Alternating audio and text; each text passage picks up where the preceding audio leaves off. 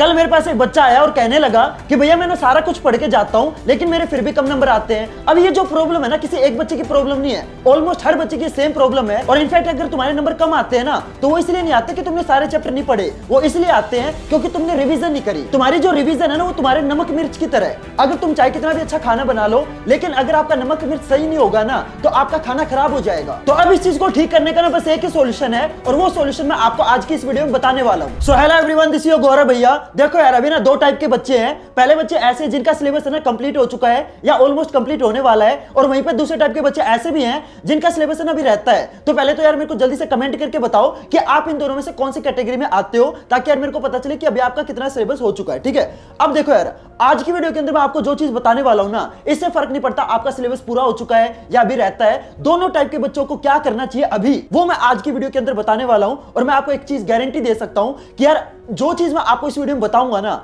अगर आपने वो चीज एज इट इज सेम तरीके से फॉलो कर ली, देखो यार मैं आपसे ना ज्यादा टाइम नहीं मांग रहा, मैं आपसे आपके अगले 30 डेज मांग रहा हूं। अगर तुमने पूरी ईमानदारी के साथ सारी चीजें वो मान ली ना जो मैं आपको इस वीडियो में बताने वाला हूं, मैं आपको गारंटी दे रहा हूं आपकी क्लास 10th की जो किस्मत है ना, वो आपकी चेंज हो जाएगी। तो हर बच्चे को ये वीडियो पूरा एंड तक देखनी है, और ये वीडियो आपको खुद के लिए नहीं देखनी, ये वीडियो आपको अपने पेरेंट्स के लिए देखनी है। अगर आप अपने पेरेंट्स को प्राउड फील कराना चाहते हो ना, सोच के देखो यार, जिस दिन आपका रिजल्ट आएगा और मान के चलो आपका रिजल्ट 98% आ जाए, तो आपके पेरेंट्स के आंखों में कितना प्राउड वाली फीलिंग होगी। तो अगर आप चाहते हो कि आपके पेरेंट्स आप पे प्राउड फील करें, तो प्लीज जो जो चीजें मैं बताऊंगा प्लीज फॉलो करना। तो चलो यार वीडियो को स्टार्ट करते हैं। तो आज की वीडियो के अंदर मैं आपको ना 30 डेज का एक ऐसा चैलेंज देने वाला हूं। ये जो अगले 30 डेज है, इससे फर्क नहीं पड़ता आपने कितना पढ़ा है, अभी आप कहां हो, मेरे को फर्क नहीं पड़ता। मैं तुम्हें इस बेसिस पे जज नहीं करूंगा कि आपका अभी सिलेबस रहता है, इस बच्चे ने 6 महीने वेस्ट कर दिए, मेरे को इससे फर्क नहीं पड़ता। मेरे को इससे फर्क पड़ता है कि तुम अगले 30 डेज में क्या करने वाले हो। अगर तुम ये सारी चीजें जो मैं बताऊंगा फॉलो करनी है, बस पहले तो एक काम करो, जल्दी से जाके ना एक पेन पेपर उठा के लाओ,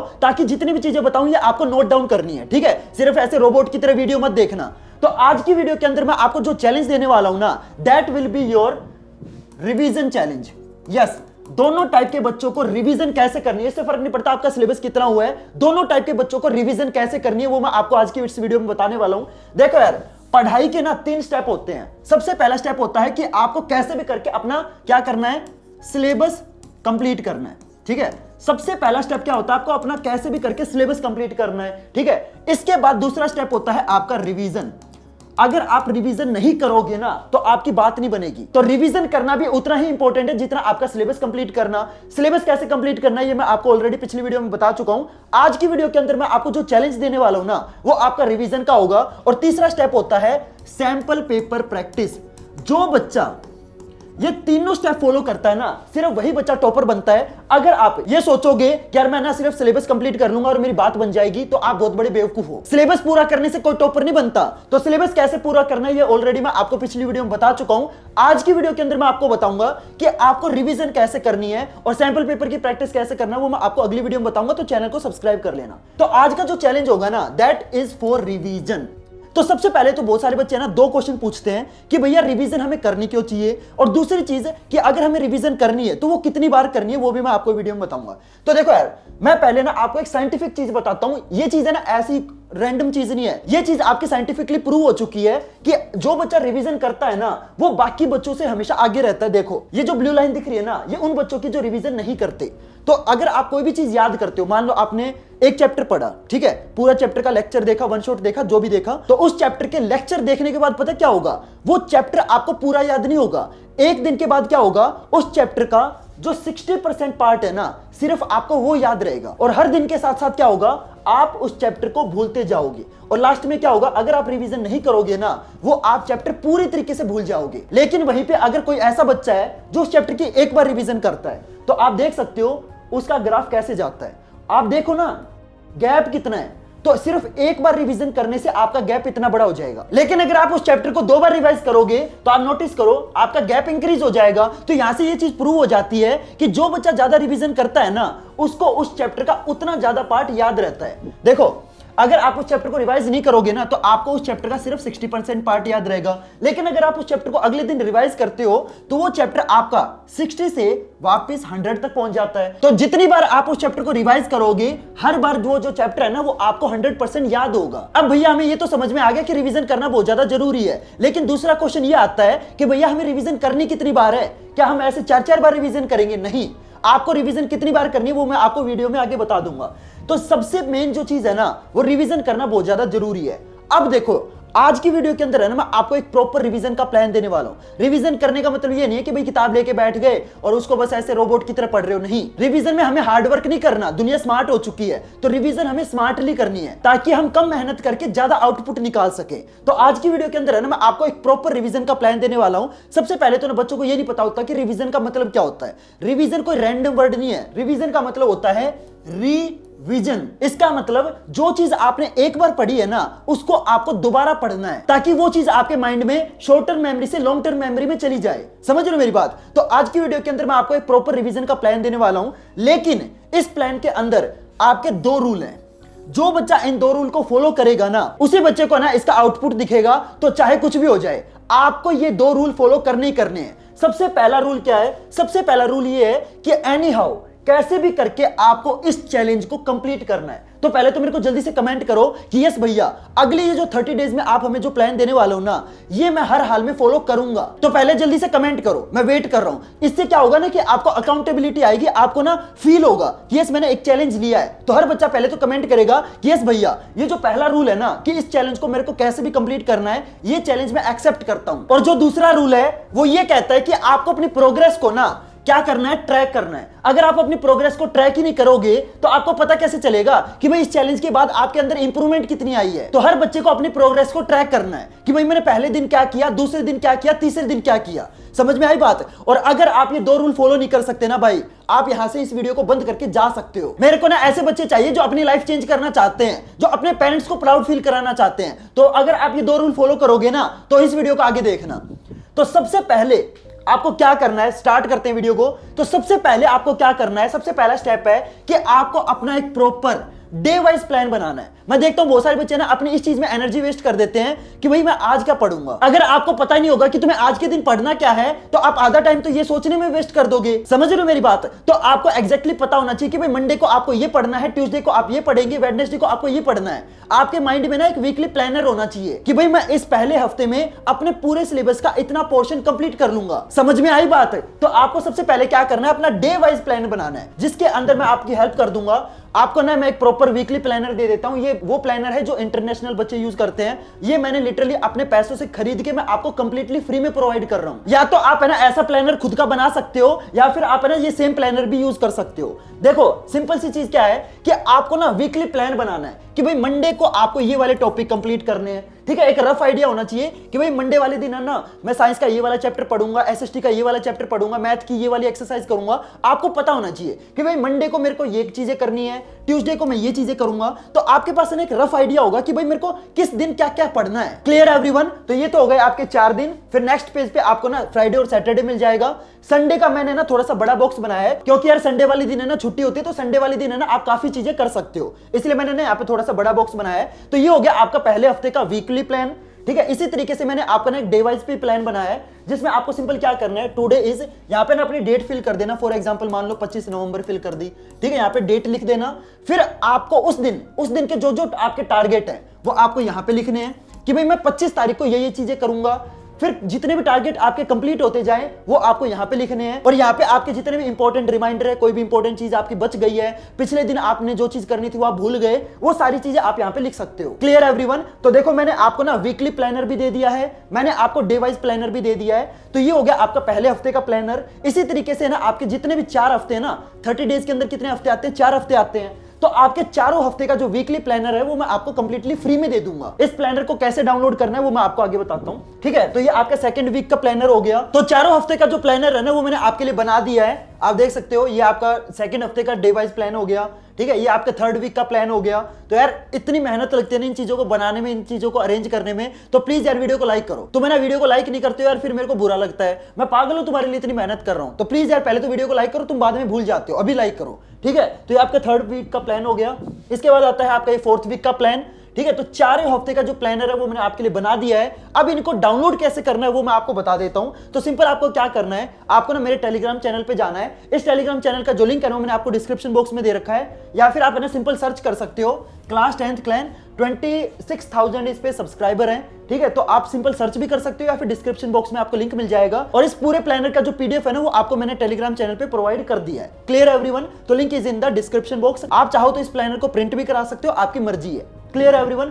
अब जो दूसरी चीज आती है ना, जो मेन वीडियो ना यहां से स्टार्ट होती है, ध्यान से सुनना। अब जो चीज मैं आपको बताने वाला हूं ना, ये चीज है ना आपकी 10th की जो काया है ना उसको पलट देगी। तो अब अपनी आंखें, अपना कान और अपना दिमाग खोल के सुनना। जो मैं बताने वाला हूं, तुम्हें ना क्वांटिटी पे फोकस नहीं करना, तुम्हें क्वालिटी पे फोकस करना है। मैं देखता हूं बहुत सारे बच्चे क्या करते हैं, 5,000 क्वेश्चन, 10,000। भाई साहब तुम्हें ना इतने क्वेश्चन करने की जरूरत नहीं है। हमें ना हार्ड वर्क नहीं करना, हमें स्मार्ट वर्क करना है। तुम्हें गिनती के कितने क्वेश्चन करने हैं, हद मार के तुम्हें ना हर सब्जेक्ट के 150 से लेके, अगर तुम्हारे पास बहुत ज्यादा टाइम है तो 150 से लेके 200, ठीक है, मिनिमम 150 और मैक्सिमम 200 हर सब्जेक्ट के आपको बस इतने क्वेश्चन सोल्व करने हैं। तुम्हें ऐसे क्वेश्चंस पे अपना टाइम लगाना है जो क्वेश्चन आपके फाइनल पेपर में पूछे जाने वाले हैं। फालतू के क्वेश्चंस पे अपना टाइम वेस्ट करना बंद करो। और वो क्वेश्चन आपको कहां मिलेंगे वो भी मैं आपको बताऊंगा।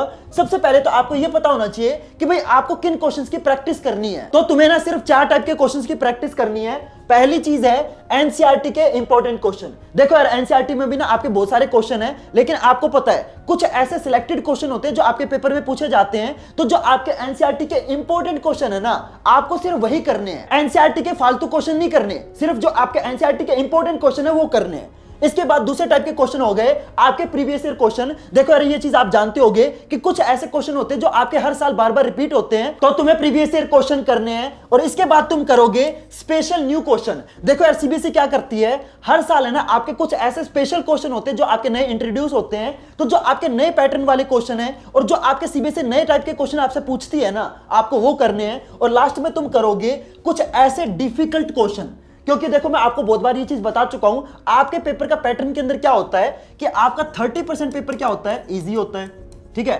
50% पेपर क्या होता है, ये आपका एवरेज होता है। और जो बचा हुआ 20% पेपर है ना, ये आपका डिफिकल्ट होता है। तो आपको ये डिफिकल्ट क्वेश्चंस की भी प्रैक्टिस करना जरूरी है। अगर तुम सिर्फ इजी और एवरेज क्वेश्चन करोगे ना, तो आप 80% तो स्कोर कर लोगे, लेकिन आपका जो टारगेट है वो क्या है, 95 या 98। तो ये डिफिकल्ट क्वेश्चन आपको करने हैं। अब ये चारों टाइप के क्वेश्चन आपको मिलेंगे कहां पे, मैंने आपके लिए एक ऐसी चीज रेडी की है जिसके अंदर ये चारों टाइप के क्वेश्चन है ना, मैंने एक ऐसे पैटर्न में इंट्रोड्यूस किए हैं जो आपको कहीं नहीं मिलेंगे, and that is practice bank. मैंने तुम्हारे लिए ना एक ऐसी चीज रेडी की है। मैंने क्या किया, पिछले साल के ना 6 बच्चे ऐसे पकड़े जिनके 98 से लेके 99% तक आए हुए हैं, और उन बच्चों को मैंने बोला कि यार बच्चों के लिए ना ये 4 टाइप के क्वेश्चंस रेडी कर दो। और सिर्फ एक सब्जेक्ट के नहीं, Hindi, English, math, science, SST और साथ में कंप्यूटर, 6 के 6 सब्जेक्ट्स के ये चारों टाइप के क्वेश्चन मैं आपको प्रोवाइड करने वाला हूं। और वो आपको कहां मिलेंगे, प्रैक्टिस बैंक के अंदर मिलेंगे। और जितने भी क्वेश्चन है ना, ये सारे आपके क्लास 10 के टॉपर्स ने रेडी किए हैं। सभी क्वेश्चन का आपको प्रॉपर डिटेल्ड सॉल्यूशन मिलेगा।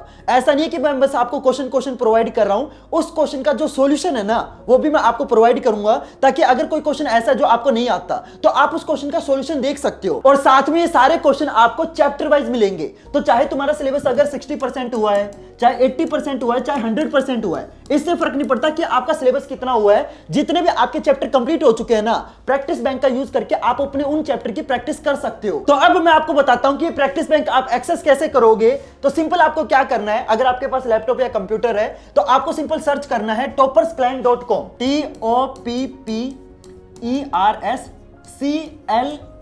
toppersclan.com, ठीक है। ये वेबसाइट पे आपको जाना है और लेफ्ट साइड में आपको टेस्ट सीरीज वाला ऑप्शन दिखेगा। इस टेस्ट सीरीज वाले ऑप्शन पे क्लिक करना है और ये जो हमारा प्रैक्टिस बैंक है आपको टेस्ट सीरीज वाले ऑप्शन में मिलेगा, ठीक है। अगर आपके पास लैपटॉप या कंप्यूटर नहीं है, टेंशन मत लो, ये चीज आप अपने फोन में भी एक्सेस कर सकते हो। चाहे तुम्हारे पास एंड्रॉइड हो, चाहे तुम्हारे पास आईफोन हो, चाहे तुम्हारे पास आईपैड हो, चाहे कंप्यूटर हो, चाहे लैपटॉप हो, ये चीज आप हर डिवाइस के अंदर यूज कर सकते हो। टेंशन मत लो, तुम्हारे भाई ने हर चीज के अंदर प्रोवाइड की है, ठीक है। ये मैं कंप्यूटर वाले बच्चों के लिए बता रहा हूं। तो सिंपल आपको क्या करना है, topperscline.com पे जाना है, टेस्ट सीरीज वाले ऑप्शन पे क्लिक करना है और आपके जितने भी सब्जेक्ट है, math, science, geography, history, civics, economics, English, Hindi और साथ में कंप्यूटर पे तो कोई ध्यान ही नहीं देता, लेकिन मैंने आपके ना सारे सब्जेक्ट का जो प्रैक्टिस बैंक है वो मैंने बनाया है। तो जैसे फॉर एग्जांपल मैं साइंस पे क्लिक करता हूं, ठीक है, तो साइंस पे जैसे क्लिक करोगे ना, साइंस के आपके जितने भी चैप्टर है, हर चैप्टर के आपको 3 टेस्ट मिलेंगे।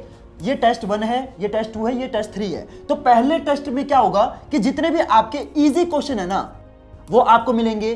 फिर सेकंड टेस्ट में क्या होगा कि जो आपके एवरेज क्वेश्चन है वो आपको मिलेंगे और थर्ड टेस्ट में आपके जो डिफिकल्ट क्वेश्चन है आपको वो मिलेंगे।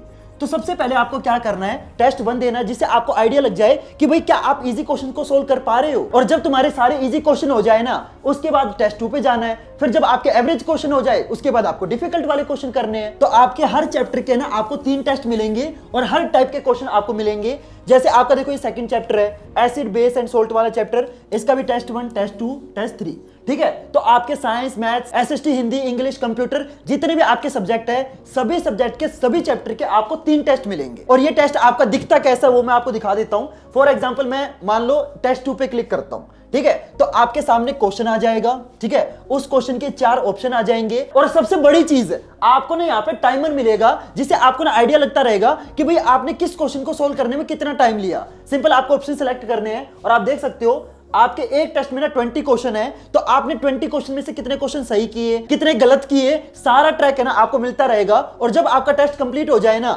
उसके बाद आपको क्या करना है, सिंपल सबमिट टेस्ट पे क्लिक करना है और आपका पूरा रिजल्ट कि भाई आपका कितना रैंक है, कितना स्कोर है, मतलब 20 में से कितने क्वेश्चन सही है, क्या परसेंटाइल है, कितने क्वेश्चन आपके करेक्ट हैं, कितने गलत हैं, कितने आपने अटेम्प्ट ही नहीं किए, कितनी आपकी एक्यूरेसी है और पूरे टेस्ट को करने में आपने कितना टाइम लिया, सारी चीजें ना आपको यहाँ पे मिलती रहेगी, जिससे ना आप अपनी प्रोग्रेस को ट्रैक कर पाओगे। अपने वीक टॉपिक को पहचानना बहुत ज्यादा जरूरी है। अगर आपको पता नहीं होगा कि यार ये टॉपिक मेरे स्ट्रॉन्ग है, ये टॉपिक मेरे वीक है, तो आप अपने स्ट्रॉन्ग टॉपिक पे लगे रहोगे। तो आपको वीक टॉपिक पहचानना बहुत ज्यादा जरूरी है और इससे ना लास्ट में आपको एक समरी मिलेगी, जिससे ना ये टेस्ट आपको बता देगा कि यार ये कुछ ऐसे टॉपिक है जिसमें आपके ज्यादातर क्वेश्चन गलत हो रहे हैं। अगर तुम्हें कोई बता दे कि यार ये तेरे ना कुछ ऐसे टॉपिक है जिन पे तेरे को मेहनत करने की जरूरत है, यार इससे बढ़िया चीज तो क्या ही हो सकती है। तो यार यहाँ पे ना आपको जो अपने वीक टॉपिक है ना वो भी आपको पता चलेंगे और जो आपके स्ट्रॉन्ग टॉपिक है वो भी आपको पता चलेंगे। जितने भी आपके एनसीईआरटी के इंपॉर्टेंट क्वेश्चन है, जितने भी आपके सीबीएसई के नए पैटर्न वाले क्वेश्चन है, जितने भी आपके प्रीवियस ईयर क्वेश्चन है, सारे टाइप के क्वेश्चन है ना आपके मैंने इस प्रैक्टिस बैंक में डाल दिए हैं। सिंपल आपको क्या करना है,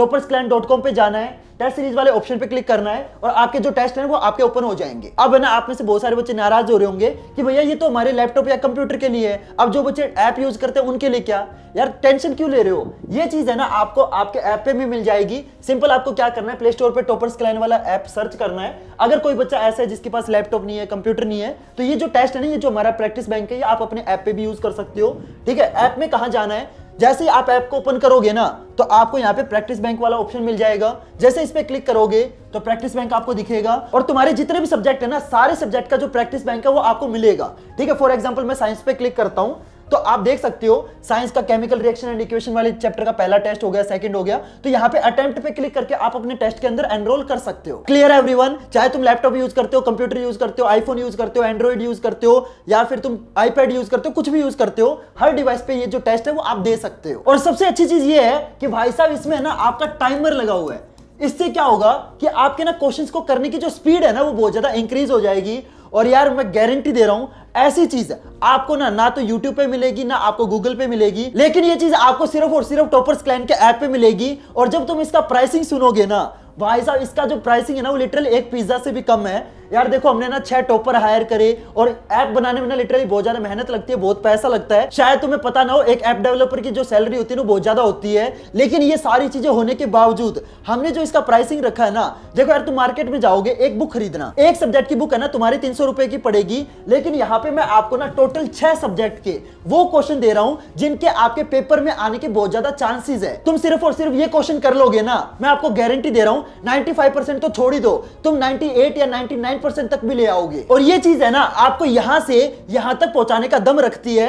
लेकिन यार देखो तुम है ना 6 बुक खरीदोगे तो कितने की पड़ेगी, आपके 1800 की पड़ेगी। लेकिन ये चीज का जो प्राइसिंग है ना, जिसके अंदर मैं आपको 6 सब्जेक्ट के प्रैक्टिस बैंक दे रहा हूं और इसका जो प्राइसिंग है वो बहुत ज्यादा कम है, that is only and only 349। तो जल्दी से जाओ यार, इन टेस्ट को अटेम्प्ट करना स्टार्ट करो। इसके अंदर है ना आपको easy question, average question, hard question, तीनों टाइप के क्वेश्चन मिलेंगे और वो भी साथ में ना टाइमर के साथ। तो जल्दी से जाओ, अपनी प्रैक्टिस करना स्टार्ट करो। अब मैं आपको बताता हूं कि आपको ना रिवीजन के लिए किन किन मेथड का यूज करना है। ध्यान से सुनो, यहां पे मैं बहुत इंपॉर्टेंट चीज बताने वाला हूं। तो देखो यार, रिवीजन करने के ना दो तरीके होते हैं। पहला होता है शॉर्ट टर्म मेथड और दूसरा होता है आपका लॉन्ग टर्म मेथड। क्योंकि देखो, पहली चीज तो आपको रिवीजन करनी कितनी बार है, तो आपको सिर्फ 2 बार रिवीजन करनी है। तुम्हें ऐसा नहीं करना कि भाई 4 या 5 बार रिवीजन कर रहे हो, तुम्हें बस 2 बार रिवीजन करनी है। पहली होगी आपकी शॉर्ट टर्म रिवीजन और दूसरी होगी आपकी लॉन्ग टर्म रिवीजन। अब ध्यान से सुनना, आपको रिवीजन करनी कैसे है। तो सबसे पहले मैं आपको शॉर्ट टर्म रिवीजन बताता हूं। देखो, जब भी आप कोई भी चीज पढ़ो तो उसके अंदर जितनी भी आपकी इंपॉर्टेंट चीजें हैं या फिर ऐसी चीजें जो आप बार बार भूल जाते हो ना, वो आपको क्या करनी है, वो आपको अंडरलाइन करनी है। और ये जो चीज तुमने अंडरलाइन करी है ना, ये हर बच्चे के लिए अलग अलग होगी। मान लो कोई बच्चा ए है, ठीक है, ए नाम का बच्चा है, वो मान लो कोई चीज ऐसी है जो भूल जाता है, लेकिन वो सेम चीज बी बच्चे को याद रहती हो, तो हर बच्चे के लिए जो अंडरलाइन करी हुई चीजें नहीं अलग अलग होगी। तो ये आपके खुद की होनी चाहिए। ऐसा मत करना कि आपके किसी फ्रेंड ने ना पहले से अंडरलाइन कर रखा है और आपने उससे बुक मांग ली, ऐसे मत करना। ये अंडरलाइन आप खुद करोगे। Clear everyone. और दूसरी चीज है that you will use active recall method. इस मेथड में क्या होता है, जैसे आपने कोई भी चीज पढ़ ली, ठीक है, फिर आपको क्या करना, अपनी आंखें बंद करनी है, ठीक है, और जो जो चीजें आपने पढ़ी है, मतलब कोई भी टॉपिक हो सकता है, वो टॉपिक आपको अपने माइंड में आंख बंद करके रिवाइज करना है। और मैं तुम्हें लिटरली गारंटी देता हूं, ये चीज है ना तुम्हारी रिवीजन को यहां से यहां तक पहुंचा देगी। तो आपको शॉर्ट टर्म में ये 2 मेथड यूज करने हैं। और ये 2 मेथड आप किस टाइम यूज करोगे, ये आप यूज करोगे मॉर्निंग में। क्योंकि यार ये चीज है ना आपकी साइंटिफिकली प्रूव हो चुकी है कि मॉर्निंग के टाइम है ना, हमारा जो रिवीजन वाला जो माइंड होता है ना, ये सबसे ज्यादा वर्क करता है। जो भी आप नई चीजें याद करोगे वो आप रात के टाइम याद करोगे, लेकिन जितनी भी आपने रात में जितनी भी चीजें पढ़ी है, जितना भी आपने स्कूल में पढ़ा है, सारी चीजें आपको रिवाइज कब करनी है, वो आप मॉर्निंग के टाइम रिवाइज करोगे। Clear everyone. तो ये शॉर्ट टर्म मेथड आपको क्या करना है, ये आपको डेली करना है। और डेली कब करोगे, डेली आपको मॉर्निंग के टाइम करना है। जितना भी आपने स्कूल में पढ़ा है, जितना भी आपने रात में पढ़ा है, जितना भी आपने ट्यूशन में पढ़ा है, जितना भी आपने पेड बैच में पढ़ा है, सारी चीजें आपको क्या करनी है, आपको मॉर्निंग में डेली आपको क्या करना है, 30 मिनट 30 मिनट का टाइम आपको डेली मॉर्निंग में निकालना है। और मॉर्निंग में क्या करोगे, पिछले दिन में आपने जो जो पढ़ा है वो आपको मॉर्निंग में एक्टिव रिकॉल मेथड से आपको क्या करना है, रिवाइज करना है। Clear everyone. तो ये तो हो गया आपका शॉर्ट टर्म मेथड जो आप डेली करोगे। लेकिन दूसरा आता है आपका लॉन्ग टर्म मेथड। ये आपको कब करना है, ये आपको वीक एंड पे करना है, यानी कि संडे वाले दिन करना है।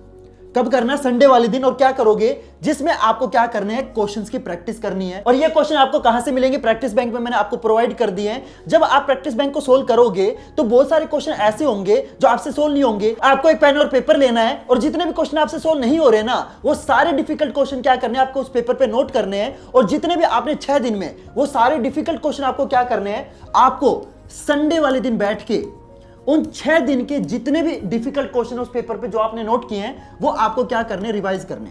इससे क्या होगा कि जितने भी आपके डिफिकल्ट टॉपिक है, जितने भी आपके डिफिकल्ट क्वेश्चन है, वो आपने संडे वाले दिन रिवाइज कर लिए। समझे मेरी बात। तो आपका एक तो होता है शॉर्ट टर्म मेथड, एक होता है आपका long term method. Short term method आपको क्या करना है, 6 दिन करना है, Monday, Tuesday, Wednesday, Thursday, Friday, Saturday, ठीक है। संडे वाले दिन आपको क्या करना है, लॉन्ग टर्म मेथड यूज करना है, जिसके अंदर क्या करोगे, 6 दिन आपने जो भी पढ़ा है, जितनी भी चीजें आपने रिवाइज करी है, जितनी भी आपके डिफिकल्ट टॉपिक है, जितने भी आपके डिफिकल्ट क्वेश्चन है, वो आपको संडे वाले दिन बैठ के वो 6 दिन में जो जो चीजें पढ़ी है ना, वो 6 दिन वाली चीज आपको रिवाइज करनी है। Clear everyone. और सिर्फ आप अपने डिफिकल्ट क्वेश्चन को रिवाइज नहीं करोगे, जितने भी आपके वीक टॉपिक है वो भी आपको संडे वाले दिन बैठ के पढ़ने हैं। अगर तुम सिर्फ स्ट्रॉन्ग टॉपिक पे लगे रहोगे ना, तो आपके जो वीक टॉपिक है वो हमेशा वीक ही रह जाएंगे। तो जब आप प्रैक्टिस बैंक को सोल्व करोगे तो आपको अपने वीक टॉपिक भी पता चल जाएंगे। Clear everyone. तो इस तरीके से आपको क्या करनी है, अपनी रिवीजन करनी है। और मैं आपको गारंटी दे रहा हूं, अगर आप इस वीडियो में मैंने आपको जो जो चीजें बताई है ना, अगर तुम पूरी ईमानदारी के साथ सारी चीजें फॉलो कर लोगे ना, आपकी क्लास 10th अगर तुम यहां पे हो, मैं गारंटी दे रहा हूं,